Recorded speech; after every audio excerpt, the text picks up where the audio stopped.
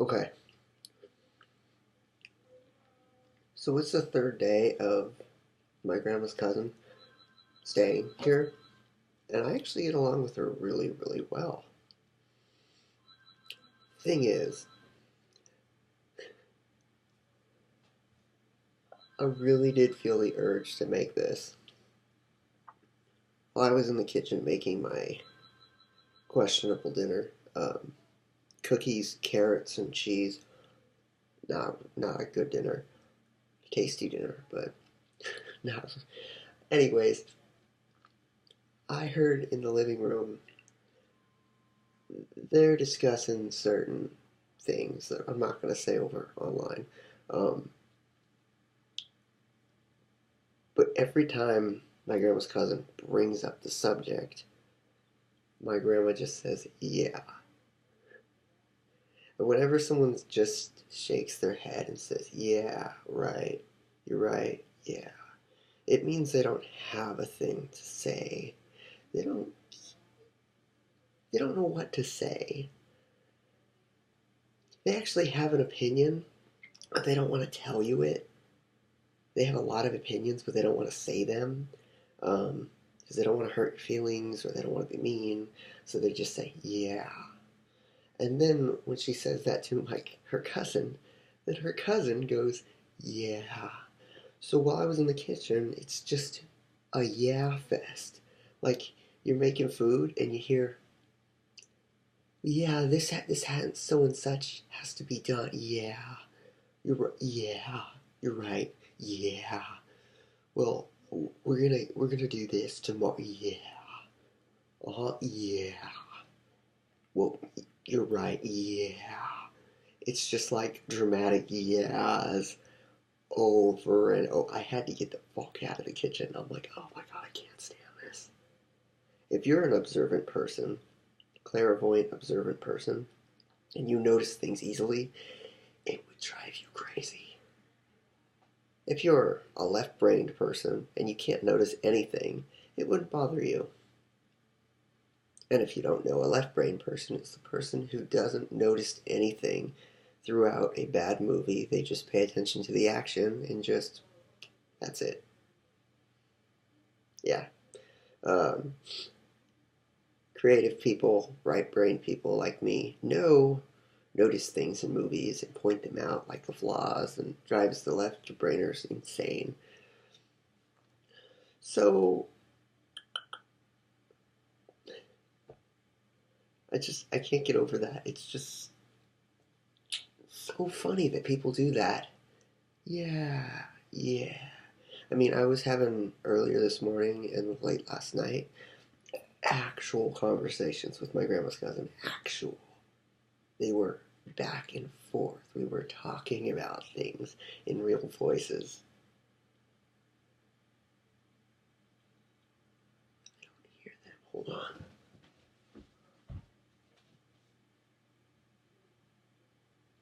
Oh, they're doing the yeah thing still. Yeah, yeah. I heard them through the door. They're just whisper. They're doing their whisper voices. My grandma does that. Anyways, last night since my grandma's cousin has a son that's just like me apparently, we got along really well. Plus, she's a Gemini also. We just had intellectual conversations and it was great. We talked about business and writing and we talked. There is a difference between talking to someone and constantly just agreeing back and forth. That's not a conversation. That's an agreement. Back and forth agreement where it never goes anywhere. And it drives both people slightly crazy. Um, it shows that you don't really have stuff in common with the person. You just you could have stuff in common, but you don't have a lot, and you are trying to relate to them, but you can't because you don't see the person enough, so you don't know how to relate to them. So you're just back and forth, back and forth, back and forth. I had this problem with my cousin Matt when we had this gap of I believe it was 16 to 18.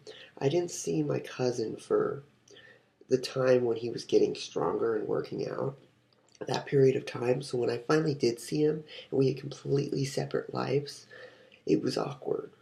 And I didn't know what to say to him. And then it took like 2 more years until everything wasn't awkward because he had his own different life now. Surely we talked, but it was just different. He had different friends. I had different friends. Our lives were different. That's how, when you grow up, the people you love as children, with your childhood friends, have different lives. And then it's different because they're different, you're different when you grow up. That's what happens. But if you still are naturally friends with them, like you get along naturally, then you're going to have great conversation with them. But people just, over the years, some people stay the same completely, the personality wise, and they just learn new things, and some people just completely change. And some people mask themselves, but their overall personality doesn't change, like my grandma. When I mean masking, hi, it's so nice to see you. Masking. Masking your feelings so people like you. Yeah. I can never do that. I'm just not able to. Oh, I looked up, other people might have this too.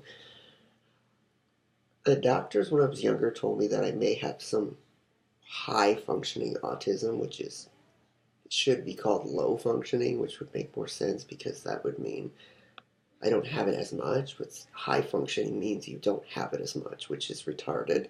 But usually, when you have high functioning, you have Asperger's. I know it's weird and confusing how it all works, but I have symptoms of Asperger's. Yeah, who knew? Whenever I thought of Asperger's, I thought of like some. Don't take this the wrong way, and if you do, leave a comment so I get AdSense money. I always thought people with Asperger's were like just naturally born deformed because of genetics and problems and stuff like that. I know people with Down syndrome are, but they're still smart. Um, but yeah, uh, I have lots of signs of Asperger's. Asperger's. Why would you name it that? I don't fucking get that. Asperger's, really? Why don't you just call them Dick Cheeseburgers or Dick French Fries or Scrotum? Yeah, I have Scrotum milkshakes. I have Asperger's, Scrotum milkshakes, and Dick French fries. Why would you why would you name one of the zodiac signs Cancer?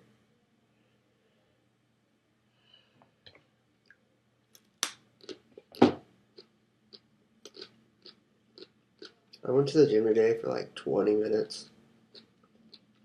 Um, it doesn't really matter because the workout I do at home works better than what I do at the gym. Pretty much. Here's a philosophy that's true. Construction workers, I got this from construction workers. Construction workers work all day, but their diets aren't that healthy. They consume a lot of calories just like bus drivers, but their diets aren't that healthy. Usually they will get any kind of fast food or something that's near them because they need to go back to work. Yet their arms are so goddamn strong. How does that happen? It's because all day they're moving their arms. It's not about how, like, it really isn't. You can be really unhealthy, but you can still have fucking strong arms. It's the how much you do it over your health. Your health can be horrible, and you can have super strong arms. Your health can be great, and you can have super weak arms. It matters how much you do it, how fluent you are with doing it. I have a compound exercise that I do with my chest that I started 2 days ago. So, of course, my chest isn't going to be like, because I started 2 days ago. What I do is I do it once in the morning, once in midday, and once at night, mostly at night, because you're trying to make it like you're working. In China, when they do iron body conditioning, they do it for 2 hours like a kind of job. If you did it like a construction job where you work, I don't know, maybe 5 hours. I don't know how long construction workers work. But if you did it as long as an actual job, you would probably need lots of time to recover with healthy food. And I know I said you don't need healthy food, but you should do it splits. You should split the times you do it up. Because if you injure yourself, you need healthy food to recover. You're not going to recover by sugar and calories and aspartame and high fructose corn syrup. That will not heal you. That will actually make you weaker. Yeah, I had 5 carrots this morning and I'm having 2 now. I may be having cookies. Today I did calisthenics, stretching, and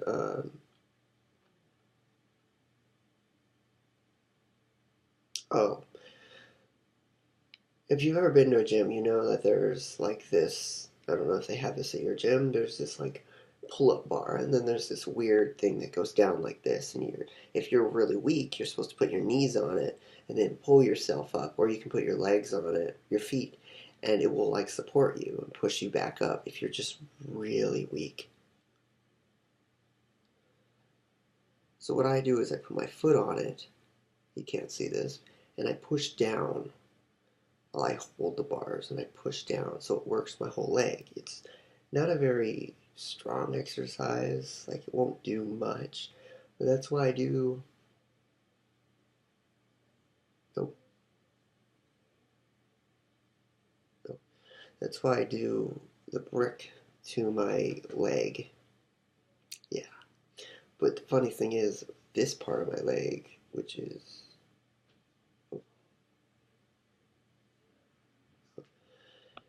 stronger than my calves. My thighs are stronger than my calves because it's easier to do it to my thighs. My grandpa's in the kitchen. Um, Watch, I'll show you. And I'm sitting on it because it helps your posture. Flat surfaces help your posture. Okay, hold it like this and go.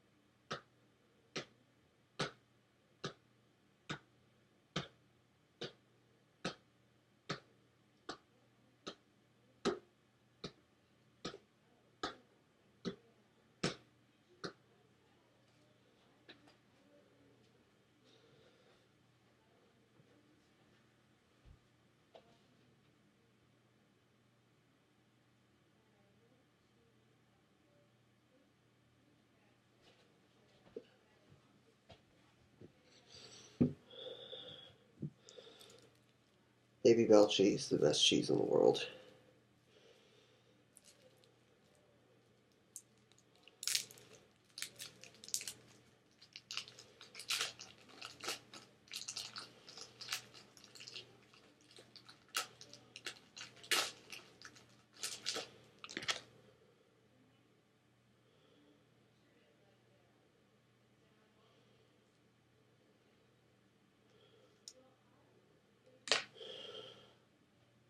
So, yeah, like I said, you can sit on the brick and it will align your posture.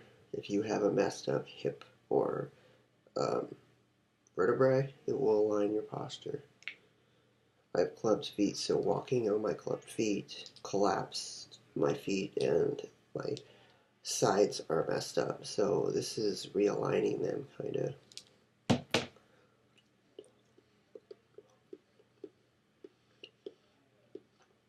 Um,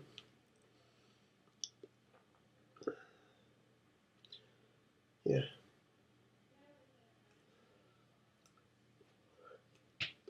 Oh, and I warn you, I made that look easy. Hitting yourself with a brick is actually very painful.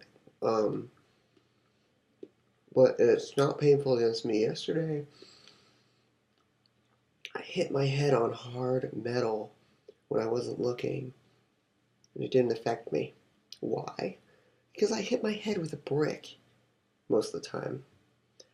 My head is the most solid part of me. You can't hurt me. You can't hit me with a baseball bat and hurt me with a metal baseball bat. I was in the gym and I was turning around and there was a metal like thing right there.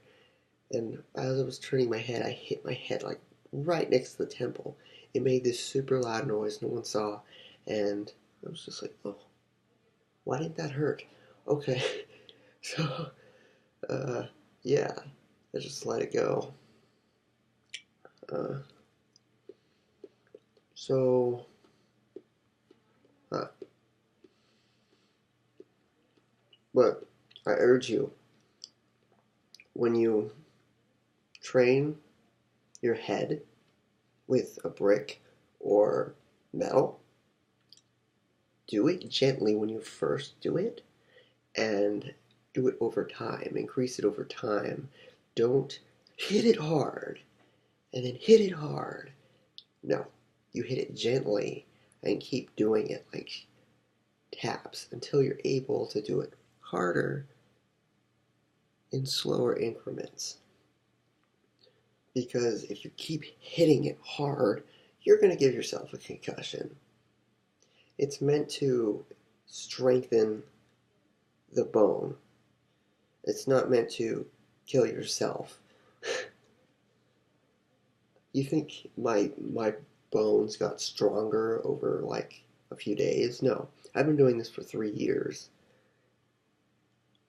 And when I first started out, I was getting bruises all the time, all over my body. Now I don't bruise anymore. The only time I will bruise is if I hit my arm on metal or brick way too hard. You're supposed to do it lightly, not too lightly, but lightly. And if you do it hard, you stop, wait 3 seconds, do it again, wait 3 seconds, do it again. You get what I mean.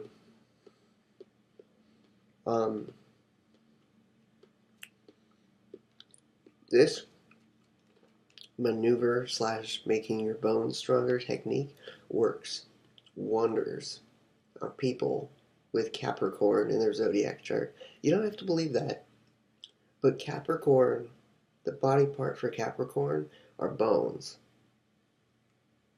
It's funny because my cousins, who are all Capricorns, always, when growing up with them, I had an injury and then it heals like right away. I am the same fucking way. I have 3 Capricorns in my planetary alignment. My bones heal really fast. They don't always heal the correct way, but they heal really fast. Capricorns seem to get injured a lot, but they heal fast. But they injure a lot, but they heal fast. It's kind of like an awesome gift Capricorns have. Uh, but hey, if you got a natural gift, enhance it by all means. I wish my cousin Matt would do this, but in the Marines, you kind of do it. You in a way you do this in the Marines, um, but you do it in a different way. I saw Marine training online, and they kind of hit each other, which is actually bones. Believe it or not, are stronger than metal. The material that your bones are made out of is stronger than metal. So when you hit someone with your bone, with the fist, it's actually kind of more effective if you do it with someone else or yourself um, than doing it with metal. Brick is more effective than metal, which I've found.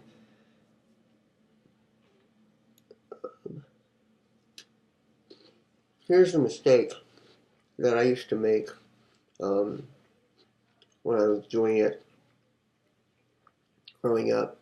Well, not growing up, but when I first started doing iron body conditioning, I had two metal pole stick things. I would hit under my arms really fast, till it burned, because I thought burning meant that it was going to heal and get bigger. It did, but like 0.0000.1%, nothing, barely anything. Why? Because I wasn't hitting hard in slow increments. And I know I said don't hit too hard, but I wasn't hitting hard. I was hitting really fast in gentle, extremely gentle hits, just really, really, really fast. And I did it for about 5 minutes every night. That won't work. You gotta do it in the morning for 10 minutes. Do it in the afternoon for like 20 minutes. Do it at night for half an hour. Then you'll see results. You won't see results if you half-ass it. But the thing I first ever started out doing, before I even hit my body with metal, was punching sand. I first ever started out by hitting my arms in a in like a tub of sand like this. That's the first ever thing that strengthened my forearms.